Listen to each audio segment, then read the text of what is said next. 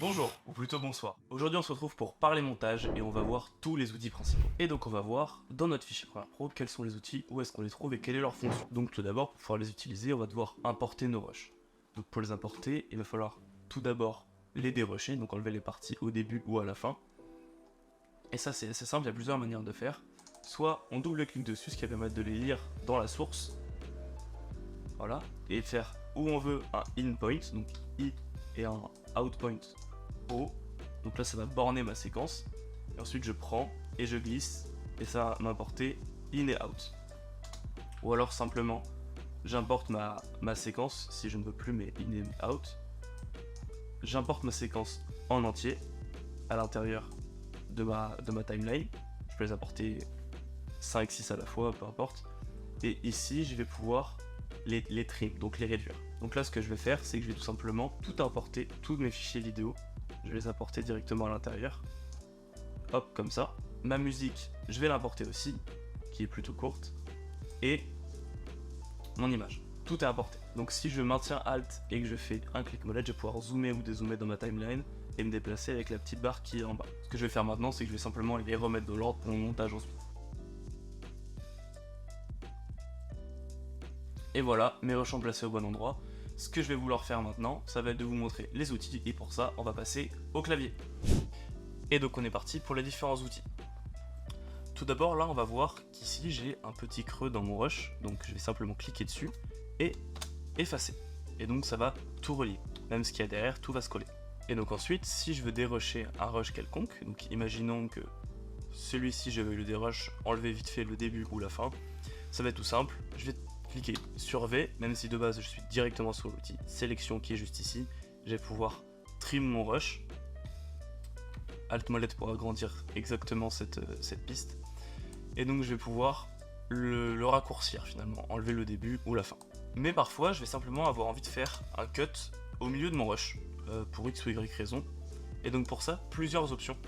Soit je vais cliquer sur l'outil cutter qui est juste ici, qui va ouvrir ce petit ustensile et je vais pouvoir couper à l'intérieur de mon rush là où je positionne ma souris. Soit parfois c'est un petit peu long, donc là je suis retourné sur l'outil sélection, juste appuyer sur C et je vais ouvrir comme ça mon outil cutter et donc évidemment pouvoir cliquer sur V pour retourner à l'outil sélection qui est l'outil de base.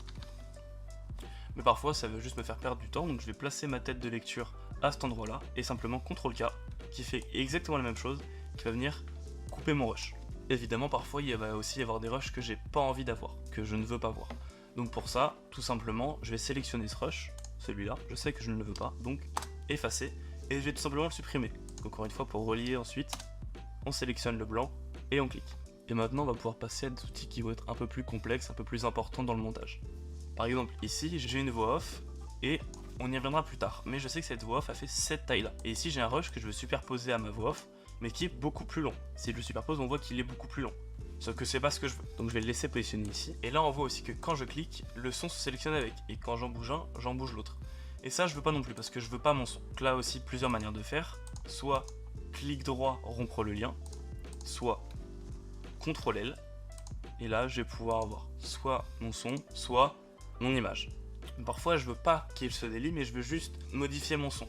Et donc pour ça, si aucun des deux n'est sélectionné, j'appuie sur Alt et je clique sur l'un ou sur l'autre. Ça va me permettre d'en sélectionner juste un ou juste l'autre, même si, donc là je le coupe, mais ils sont toujours liés. Si j'en bouge un, je bouge l'autre. Là en l'occurrence, je ne veux pas du tout mon son, donc je vais le supprimer. Et ce que je veux moi, c'est que ce rush de vidéo quelconque, il soit pile de la même taille que mon rush de voix off, qui est ici. Ça, je vais pouvoir le mute avec le petit outil M, parce que je ne veux pas l'entendre pour le moment. Et donc, pour ce faire, donc là, j'ai sélectionné mon rush et je vais pouvoir ouvrir ce panneau, CTRL R, et là, je vais avoir 100%, donc je vais vouloir le mettre à peu près à 200%, mais c'est pas parfait. Donc, CTRL R, bah alors 210 peut-être. Et encore une fois, c'est pas parfait. Donc, ce que je vais faire tout simplement, c'est que je vais appuyer sur R, outil sélection de vitesse, donc c'est cet outil-là qu'on va retrouver juste ici. Et là, je vais le prendre, le trim comme avec mon outil sélection de base. Sauf que là, ce que ça va me modifier, c'est sa vitesse. Mon rush va encore être entier, c'est sa vitesse que je vais vouloir modifier. Et donc, si je reste sur le rush CTRL R, 224,01. Pour le trouver à tâtons, c'est vraiment pas évident. Ce qu'il faut savoir aussi avec ce petit onglet, c'est que si par exemple je veux faire un ralenti, donc mettre un rush beaucoup plus long que ce qu'il n'est à la base, ça pourrait être saccadé, il peut y avoir des trous. Ce que je vais vouloir faire ensuite, c'est donc flux optique, et là ça va créer des images entre les trous et ça va fluidifier dans mon rush si c'est un ralenti. Là j'en ai pas besoin, donc je le laisse en échantillonneur d'images. Donc là je vais avoir mon rush mais qui est accéléré. Donc c'est exactement ce que je cherchais à faire. Mais imaginons maintenant que j'ai un rush que je veux avoir à un endroit mais aussi à un autre endroit, ou juste qu'il y a plusieurs moments de ce rush que je vais garder. On va dire celui-là par exemple. Je vais appuyer sur Alt, maintenir, et quand je déplace, hop, je vais avoir mon rush d'origine qui n'a pas bougé, et exactement le même qui va être à un autre endroit. Ça me permet de dupliquer des rushs sans tout modifier, tout bouger. Ensuite, ce qu'on va avoir besoin de trouver, ça va être la fenêtre option d'effet. Donc imaginons pour exactement cet objet là, je vais le mettre au début de ma voix off pour indiquer que c'est une voix off à mon spectateur, à cet endroit, mais j'aime pas là où il est placé, sa taille, etc.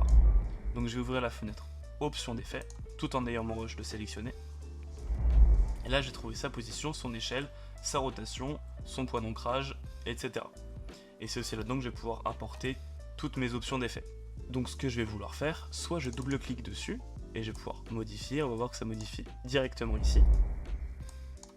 Soit je veux le modifier parce que je sais exactement où est-ce qu'il doit se positionner, et donc soit je clique, soit je fais glisser ma souris de droite à gauche, pour faire aller mon objet de droite à gauche, de haut en bas, plus ou moins grand. Ce qui va aussi avoir de très important, c'est qu'on a ces petits chronomètres qui vont nous permettre de placer des keyframes.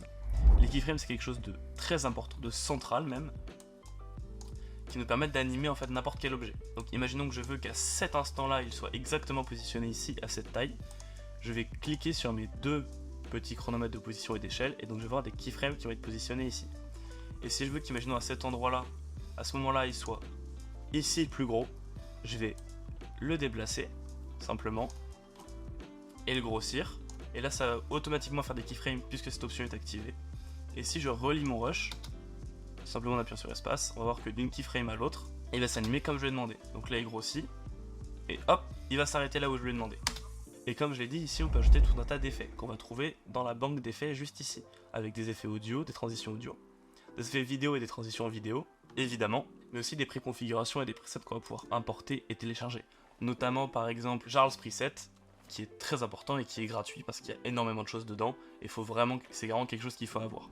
Et le dernier outil important qu'on va voir aujourd'hui, ça va être l'outil Plume, donc soit juste ici, soit en appuyant sur P. Et là, je vais pouvoir placer des points d'ancrage, des keyframes, sur ma piste, donc directement ici, et ensuite on va dire ici. On va les retrouver juste ici, puisqu'ils y sont mis automatiquement. Et je peux soit les baisser, donc on voit ici les décibels que je baisse, soit les modifier directement ici, si je suis de l'un à l'autre, avec ces petites flèches là. Et donc là je peux le mettre très très bas, ou beaucoup plus haut, peu importe, et ça va directement agir là-dessus. Mais si je veux simplement baisser le son de ma piste, c'est pas vraiment le niveau que je vais vouloir avoir. Ça marche bien pour les transitions, mais pas pour un son en entier. Je vais appuyer simplement sur G, régler le gain 2, et on va mettre sur une musique qui la plupart du temps c'est -12.